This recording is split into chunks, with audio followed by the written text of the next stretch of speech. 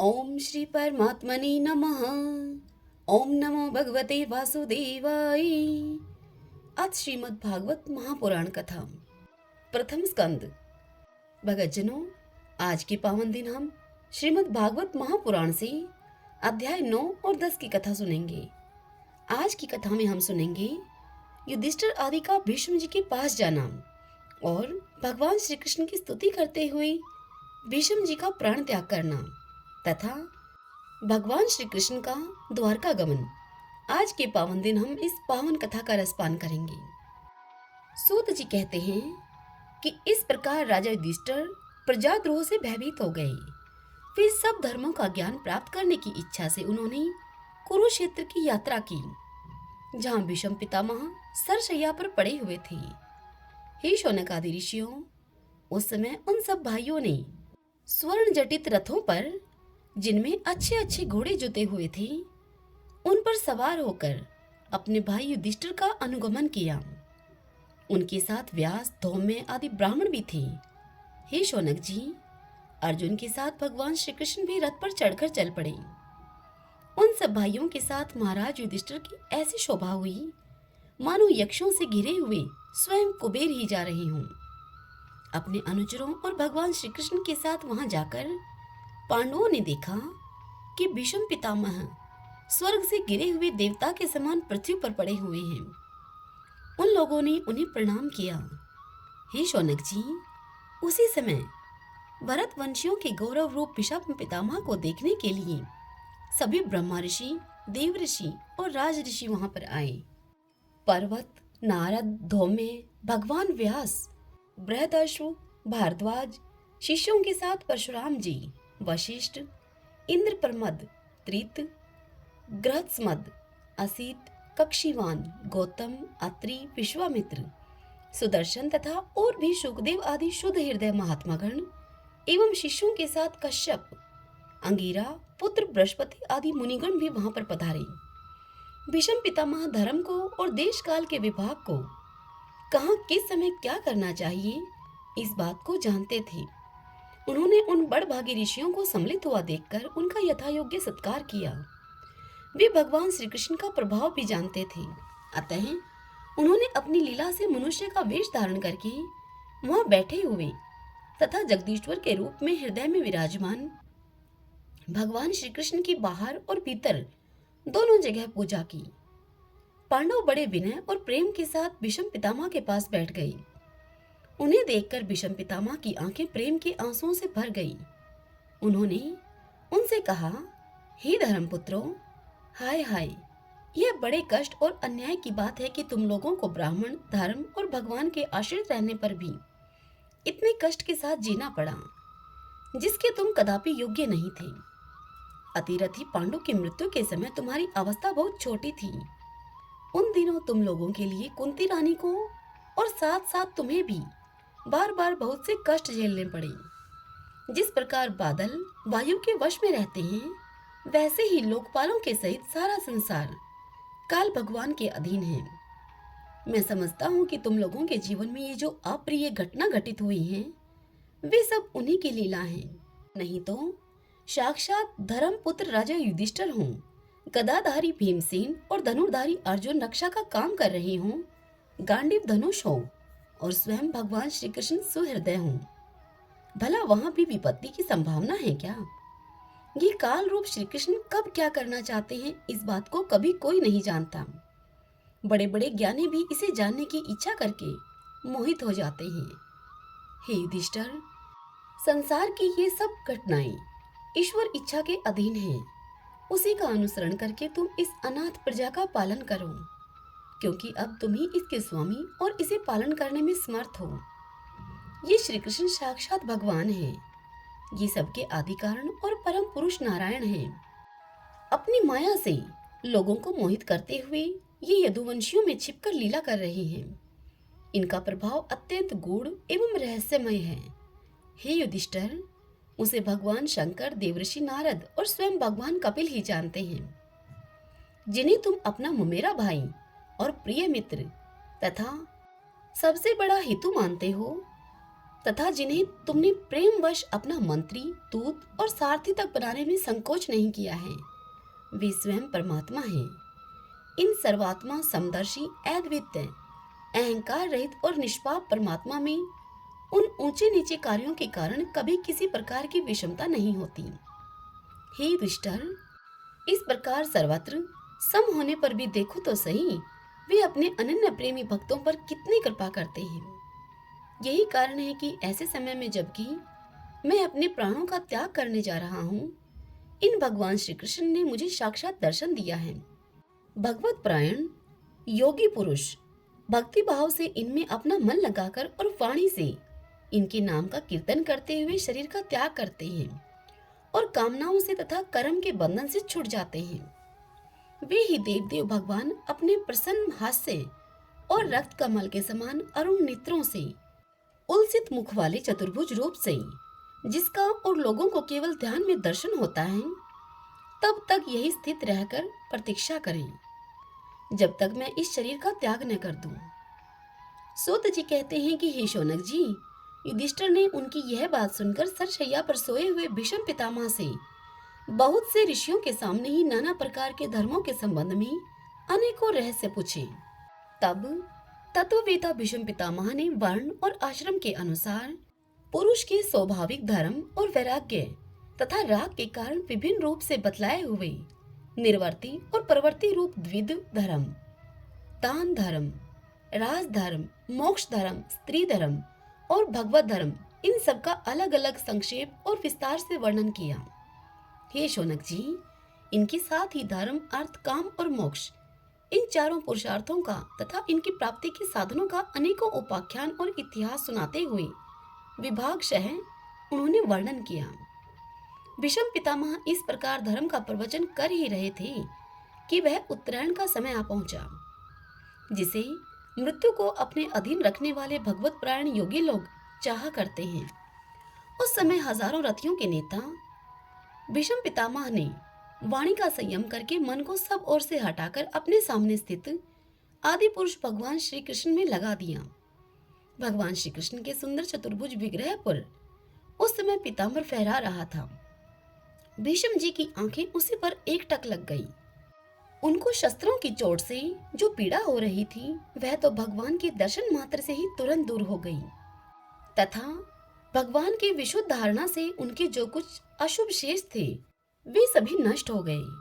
अब शरीर छोड़ने के समय उन्होंने अपनी समस्त इंद्रियों के वर्ती विलास को रोक दिया और बड़े प्रेम से भगवान की उन्होंने स्तुति की। भीष्म जी ने कहा, अब मृत्यु के समय मैं अपनी यह बुद्धि, जो अनेक प्रकार के साधनों का अनुष्ठान करने से अत्यंत शुद्ध एवं कामना रहित हो गई है, यदुवंश शिरोमणि अनंत भगवान श्री कृष्ण के चरणों में समर्पित करता हूँ, जो सदा सर्वदा अपने आनंदमय स्वरूप में स्थित रहते हुए ही कभी विहार करने की लीला करने की इच्छा से प्रकृति को स्वीकार कर लेते हैं, जिससे यह सृष्टि परंपरा चलती है, जिनका शरीर त्रिभुवन सुंदर एवं श्याम तमाल के समान सांवला है, जिस पर सूर्य रश्मियों के समान श्रेष्ठ पीताम्बर लहराता रहता है और कमल सदृश मुख पर घुंघराली अलकें लटकती रहती हैं, उन अर्जुन सखा श्री कृष्ण में मेरी निष्कपट प्रीति हो। मुझे युद्ध के समय की उनकी यह विलक्षण छवि याद आती है। उनके मुख पर लहराते हुए घुंघराले बाल घोड़ों की टाप की धूल से मटमैले हो गए थे और पसीने की छोटी छोटी बूंदें शोभायमान हो रही थी। मैं अपने तीखे बाणों से उनकी त्वचा को बींध रहा था। उन सुंदर कवच मंडित भगवान श्री कृष्ण के प्रति मेरा शरीर, अंतःकरण और आत्मा समर्पित हो जाएं।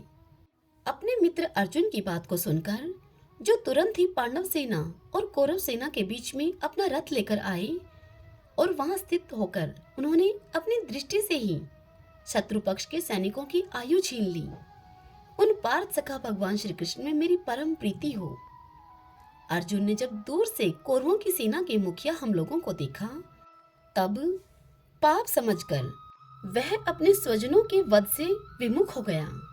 उस समय जिन्होंने गीता के रूप में आत्म विद्या का उपदेश करके उसके सामयिक अज्ञान का नाश कर दिया, उन परम पुरुष भगवान श्री कृष्ण के चरणों में मेरी प्रीति बनी रही। मैंने प्रतिज्ञा कर ली थी कि मैं श्री कृष्ण को शस्त्र ग्रहण कराकर छोड़ूंगा। उसे सत्य एवं ऊंची करने के लिए उन्होंने अपनी शस्त्र ग्रहण न करने की प्रतिज्ञा तोड़ दी। उस समय भी रथ से नीचे कूद पड़े और सिंह जैसे हाथी को मारने के लिए उस पर टूट पड़ता है, वैसे ही रथ का पहिया लेकर वह मुझ पर झपट पड़े। उस समय वे इतने वेग से दौड़े कि उनके कंधे का दुपट्टा गिर गया और पृथ्वी कांपने लगी। मुझ आततायी ने तीखे बाण मार मारकर उनके शरीर का कवच तोड़ डाला था, जिससे उनका सारा शरीर लहूलुहान हो रहा था। अर्जुन के रोकने पर भी वे बलपूर्वक मुझे मारने के लिए मेरी ओर दौड़े आ रहे थे। वे ही भगवान श्री कृष्ण जो ऐसा करते हुए भी मेरे प्रति अनुग्रह और भक्त वत्सलता से परिपूर्ण थे, मेरी एकमात्र गति हो, आश्रय हो। अर्जुन के रथ की रक्षा में सावधान होकर जिन श्री कृष्ण के बाएं हाथ में घोड़ों की रास थी और दाहिने हाथ में चाबुक, इन दोनों की शोभा से उस समय जिनकी अपूर्व छवि बन गई थी तथा महाभारत में मरने वाले वीर जिनकी इस छवि का दर्शन करते रहने के कारण सारूप्य मोक्ष को प्राप्त हो गए, उन्हीं पार्थ सारथी भगवान श्री कृष्ण में मुझ मरणासन की परम प्रीति हो। जिनकी लटकीली सुंदर चाल, हाव भाव युक्त चेष्टाएं, मधुर मुस्कान और प्रेम भरी चितवन से अत्यंत सम्मानित गोपियां रास लीला में उनके अंतर्ध्यान हो जाने पर प्रेमो उन्माद से मतवाली होकर जिनकी लीलाओं का अनुकरण करके तन्मय हो गई थी, उन्हीं भगवान श्री कृष्ण में मेरा परम प्रेम हो। जिस समय युधिष्ठिर का राजसूय यज्ञ हो रहा था, मुनियों और बड़े बड़े राजाओं से भरी हुई सभा में सबसे पहले सबकी ओर से इन्हीं सबके दर्शनीय भगवान श्री कृष्ण की मेरी आंखों के सामने पूजा हुई थी। वे ही सबके आत्मा प्रभु आज इस मृत्यु के समय मेरे सामने खड़े हैं। जैसे एक ही सूर्य अनेक आंखों से अनेक रूपों में दिखते हैं, वैसे ही अजन्मा भगवान श्री कृष्ण अपने ही द्वारा रचित अनेक शरीरधारियों के हृदय में अनेक रूप से जान पड़ते हैं। वास्तव में तो वे एक और सबके हृदय में विराजमान हैं ही। उन्हीं इन भगवान श्री कृष्ण को मैं भेद भरम से रहित होकर प्राप्त हो गया हूँ। सूत जी कहते हैं कि हे शौनक आदि ऋषियों, इस प्रकार भीष्म पितामह ने मन, वाणी और दृष्टि की वृत्तियों से आत्म स्वरूप भगवान श्री कृष्ण में अपने आप को लीन कर दिया। उनके प्राण वहां विलीन हो गए और वे शांत हो गए। उन्हें अनंत ब्रह्मा में लीन जानकर सब लोग वैसे ही चुप हो गए, जैसे कि दिन के बीत जाने पर पक्षियों का कलरव शांत हो जाता है। उस समय देवता और मनुष्य नगाड़े बजाने लगे, साधु स्वभाव के राजा उनकी प्रशंसा करने लगे और आकाश से फूलों की वर्षा होने लगी। हे शौनक जी, युधिष्ठिर ने उनके मृत शरीर की अंत्येष्टि क्रिया कराई और कुछ समय के लिए वे शोक मगन हो गए। उस समय मुनियों ने बड़े आनंद से भगवान श्री कृष्ण की उनके रहस्यमय नाम ले लेकर स्तुति की। इसके पश्चात अपने हृदयों को श्री कृष्ण में बनाकर वे सभी अपने अपने आश्रमों को लौट गए। तदंतर भगवान श्री कृष्ण के साथ युधिष्ठिर हस्तिनापुर चले आए और उन्होंने वहां अपने चाचा धृतराष्ट्र और तपस्विनी गांधारी को ढांढस बंधाया। फिर धृतराष्ट्र की आज्ञा और भगवान श्री कृष्ण की अनुमति से समर्थ राजा युधिष्ठिर अपने वंश परंपरागत साम्राज्य का धर्म पूर्वक शासन करने लगे। ओम नमो नारायण, ओम नमो नारायण। शौनक जी ने सूत जी से पूछा, हे सूत जी, धार्मिक शिरोमणि महाराज युधिष्ठिर ने अपनी पैतृक संपत्ति को हड़प जाने के इच्छुक आतताइयों का नाश करके अपने भाइयों के साथ किस प्रकार से राज्य का शासन किया और कौन कौन से काम किए उन्होंने, क्योंकि भोगों में तो उनकी प्रवृत्ति थी ही नहीं। यह सुनकर सूत जी कहते हैं कि हे शौनक जी, संपूर्ण सृष्टि को उज्जीवित करने वाले भगवान श्री हरि परस्पर की कला अग्नि से दग्ध कुरुवंश को पुनः अंकुरित करके और युधिष्ठिर को उनके राज्य सिंहासन पर बैठाकर बड़े प्रसन्न हुए। भीष्म पितामह और भगवान श्री कृष्ण के उपदेशों के श्रवण से उनके अंतःकरण में विज्ञान का उदय हुआ और भ्रांति मिट गई। भगवान के आश्रय में रहकर वे समुद्र पर्यंत सारी पृथ्वी का इंद्र के समान शासन करने लगे। भीमसेन आदि उनके भाई पूर्ण रूप से उनकी आज्ञाओं का पालन करते थे। युधिष्ठिर के राज्य में आवश्यकता अनुसार यथेष्ट वर्षा होती थी। पृथ्वी में समस्त अभिष्ट वस्तुएं पैदा होती थीं। बड़े बड़े थनों वाली बहुत सी गौएं प्रसन्न रहकर गौशालाओं को दूध से सींचती रहती थीं। नदियां, समुद्र, पर्वत, वनस्पति, लताएं और औषधियां प्रत्येक ऋतु में यथेष्ट रूप से अपनी अपनी वस्तुएं राजा को देती थीं। अजात शत्रु महाराज युधिष्ठिर के राज्य में किसी भी प्राणी को आदि व्याधि अथवा दैविक, भौतिक और आत्मिक कलेश नहीं होते थे। अपने बंधुओं का शोक मिटाने के लिए और अपनी बहन सुभद्रा की प्रसन्नता के लिए भगवान श्री कृष्ण कई महीनों तक हस्तिनापुर में ही रहे। फिर जब उन्होंने राजा युधिष्ठिर से द्वारका जाने की अनुमति मांगी, तब राजा ने उन्हें अपने हृदय से लगाकर स्वीकृति दे दी। भगवान उनको प्रणाम करके रथ पर सवार हुए। कुछ लोगों अर्थात समान उम्र वालों ने उनका आलिंगन किया और कुछ छोटी उम्र वालों ने उन्हें प्रणाम किया। उस समय सुभद्रा, द्रौपदी, कुंती, उत्तरा, गांधारी, धृतराष्ट्र, युयुत्सु, कृपाचार्य, नकुल, सहदेव, भीमसेन, धौम्य और सत्यवती आदि सब मूर्छित से हो गए। वे सारंगपाणि भगवान श्री कृष्ण का विरह नहीं सह सके। भगवत भगत सत्पुरुषों के संग से जिसका दुसंग छूट गया है, वह विचारशील पुरुष भगवान के मधुर मनोहर सुयश को एक बार भी सुन लेने पर फिर उसे छोड़ने की कल्पना भी नहीं करता। उन्हें भगवान के दर्शन और स्पर्श से, उनके साथ आलाप करने से तथा साथ ही साथ सोने, उठने, बैठने और भोजन आदि करने से जिनका संपूर्ण हृदय उन्हें समर्पित हो चुका था, वे पांडव भला उनका विरह कैसे सह सकते थे। उनका चित्त द्रवित हो रहा था। वे सभी निर्निमेष नेत्रों से भगवान को देखते हुए स्नेह बंधन से बंधकर जहां तहां दौड़ रहे थे। भगवान श्री कृष्ण के घर से चलते समय उनके बंधुओं की स्त्रियों के नेत्र उत्कंठावश उमड़ते हुए आंसुओं से भर आए, परंतु इस भय से कि कहीं यात्रा के समय अशकुन न हो जाए, उन्होंने बड़ी कठिनाई से उन्हें रोक लिया। भगवान के प्रस्थान के समय मृदंग, शंख, भेरी, वीणा, ढोल, नरसिंगे, धुंधुरी, नगारे, घंटे और दुदुम्बियां आदि बाजे बजने लगे। भगवान के दर्शन की लालसा से कुरुवंश की स्त्रियां अटारियों पर चढ़ गईं और प्रेम, लज्जा एवं मुस्कान से युक्त चितवन से भगवान को देखती हुई उन पर पुष्पों की वर्षा करने लगी। उस समय भगवान के प्रिय सखा घुंघराले बालों वाले अर्जुन ने अपने प्रियतम श्री कृष्ण का वह श्वेत छत्र, जिसमें मोतियों की झालर लटक रही थी और जिसका डंडा रत्नों का बना हुआ था, अपने हाथ में ले लिया। उद्धव और सात्यकी बड़े विचित्र चमर डुलाने लगे। मार्ग में भगवान श्री कृष्ण पर चारों ओर से पुष्पों की वर्षा हो रही थी। बड़ी ही मधुर झांकी थी। जहां तहां ब्राह्मणों के दिए हुए सत्य आशीर्वाद सुनाई पड़ रहे थे। वे सगुण भगवान के तो अनुरूप ही थे, क्योंकि उनमें सब कुछ है, परंतु निर्गुण के अनुरूप नहीं थे, क्योंकि उनमें कोई प्राकृत गुण नहीं है।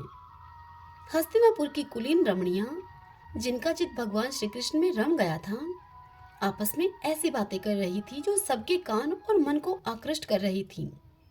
वे आपस में सब कह रही थी कि हे सखियों, ये ही वे सनातन परम पुरुष हैं, जो प्रलय के समय भी अपने अद्वितीय निर्विशेष स्वरूप में स्थित रहते हैं। उस समय सृष्टि के मूल ये तीनों गुण भी नहीं रहते। जगत आत्मा ईश्वर में जीव भी लीन हो जाते हैं और महत तत्वादि समस्त शक्तियां अपने कारण अव्यक्त में सो जाती हैं। उन्होंने ही फिर अपने आप रूप रहित स्वरूप में नाम रूप के निर्माण की इच्छा की तथा अपनी काल शक्ति से प्रेरित प्रकृति का, जो कि उनके अंशभूत जीवों को मोहित कर लेती है और सृष्टि की रचना में प्रवृत्त रहती है, उसका अनुसरण किया और व्यवहार के लिए वेदादि शास्त्रों की रचना की। इस जगत में जिसके स्वरूप का साक्षात्कार जितेंद्रिय योगी अपने प्राणों को वश में करके भक्ति से प्रफुल्लित निर्मल हृदय में किया करते हैं, ये श्री कृष्ण वही साक्षात पर ब्रह्मा है। वास्तव में इन्हीं की भक्ति से अंतःकरण की पूर्ण शुद्धि हो सकती है, योग आदि के द्वारा नहीं। हे सखी, वास्तव में ये वही हैं जिनकी सुंदर लीलाओं का गायन वेदों में और दूसरे गोपनीय शास्त्रों में व्यास आदि रहस्यवादी ऋषियों ने किया है, जो एक अद्वितीय ईश्वर हैं, जो अपनी लीला से इस संसार को मोहित किए रहते हैं। इस जगत की सृष्टि, पालन तथा संहार करते हैं, परंतु उनमें आसक्त नहीं होते। जब तामसी बुद्धि वाले राजा अधर्म से अपना पेट पालने लगते हैं, तब ये ही सतवगुण को स्वीकार करके ऐश्वर्य, सत्य, रित, दया और यश प्रकट करते और संसार के कल्याण के लिए युग युग में अनेकों अवतार धारण करते हैं। अहो, यह यदुवंश परम प्रशंसनीय है, क्योंकि लक्ष्मीपति पुरुषोत्तम श्री कृष्ण ने जन्म ग्रहण करके इस वंश को सम्मानित किया है। वह पवित्र मधुवन अर्थात ब्रजमंडल भी अत्यंत धन्य है, जिसे इन्होंने अपने शैशव एवं किशोर अवस्था में घूम फिर कर सुशोभित किया है। बड़े हर्ष की बात है कि द्वारका ने स्वर्ग के यश का तिरस्कार करके पृथ्वी के पवित्र यश को बढ़ाया है। क्यों न हो, वहां की प्रजा अपने स्वामी भगवान श्री कृष्ण को जो बड़े प्रेम से मंद मंद मुस्कुराते हुए उन्हें कृपा दृष्टि से देखते हैं, निरंतर निहारती रहती है। हे सखी, जिनका इन्होंने पाणी ग्रहण किया है, उन स्त्रियों ने अवश्य ही व्रत, स्नान, हवन इत्यादि के द्वारा इन परमात्मा की आराधना की होगी, क्योंकि वे बार बार उनकी इस अधर सुधा का पान करती हैं, जिसके स्मरण मात्र से ही ब्रज बालाएं आनंद से मूर्छित हो जाया करती थीं। ये स्वयंवर में शिशुपाल आदि मतवाले राजाओं का मान मर्दन करके जिनको अपने बाहुबल से हर लाए थे, तथा जिनके पुत्र प्रद्युम्न, सांब, आम्ब आदि हैं, वे रुक्मणी आदि 8 पटरानियों और भौमासुर को मारकर लाई हुई जो इनकी हजारों अन्य पत्नियां हैं, वे वास्तव में धन्य हैं, क्योंकि इन सभी ने स्वतंत्रता और पवित्रता से रहित स्त्री जीवन को पवित्र और उज्जवल बना दिया है। इनकी महिमा का वर्णन कोई क्या करे। इनके स्वामी साक्षात कमल नयन भगवान श्री कृष्ण हैं, जो नाना प्रकार के प्रिय चेष्टाओं तथा पारिजात आदि प्रिय वस्तुओं की भेंट से इनके हृदय में प्रेम एवं आनंद की अभिवृद्धि करते हुए कभी एक क्षण के लिए भी इन्हें छोड़कर दूसरी जगह नहीं जाते। हस्तिनापुर की स्त्रियां इस प्रकार बातचीत कर ही रही थीं कि भगवान श्री कृष्ण मंद मुस्कान और प्रेम पूर्ण चितवन से उनका अभिनंदन करते हुए वहां से विदा हो गए। अजात शत्रु युधिष्ठिर ने भगवान श्री कृष्ण की रक्षा के लिए हाथी, घोड़े, रथ और पैदल सेना उनके साथ कर दी। उन्हें स्नेहवश यह शंका हो आई थी कि कहीं रास्ते में शत्रु इनके ऊपर आक्रमण न कर दें। सुदृढ़ प्रेम के कारण कुरुवंशी पांडव भगवान के साथ बहुत दूर तक चले गए। वे लोग उस समय भावी विरह से व्याकुल हो रहे थे। भगवान श्री कृष्ण ने उन्हें बहुत आग्रह करके विदा किया और सात्यकी, उद्धव आदि प्रेमी मित्रों के साथ द्वारका की यात्रा की। हे शौनक जी, वे कुरुजांगल, पांचाल, सूरसेन, यमुना के तटवर्ती प्रदेश ब्रह्मावर्त, कुरुक्षेत्र, मत्स्य, शाश्वत और मुरुधन देश को पार करके सौवीर और आभिर देश के पश्चिम अनर्त देश में आए। उस समय अधिक चलने के कारण भगवान के रथ के घोड़े कुछ थक से गए थे। मार्ग में स्थान स्थान पर लोग उपहार आदि के द्वारा भगवान का सम्मान करते और सायंकाल होने पर वे रथ से भूमि पर उतर आते और जलाशय पर जाकर संध्या वंदन करते। यह उनकी नित्यचर्या थी। हरि ओम तत्सत। ओम नमो नारायण। ओम नमो नारायण। ओम श्री परमात्मने नमः। ओम श्री राधा कृष्णाभ्याम नमो नमः। भक्तजनों, आज की कथा यहीं समाप्त होती है। इससे आगे की कथा हम कल सुनेंगे। कल की कथा में हम सुनेंगे द्वारका में भगवान श्री कृष्ण का राजोचित स्वागत तथा परीक्षित का जन्म। कल के पावन दिन हम इस पावन कथा को सुनेंगे। जय श्री कृष्णा। राधे राधे।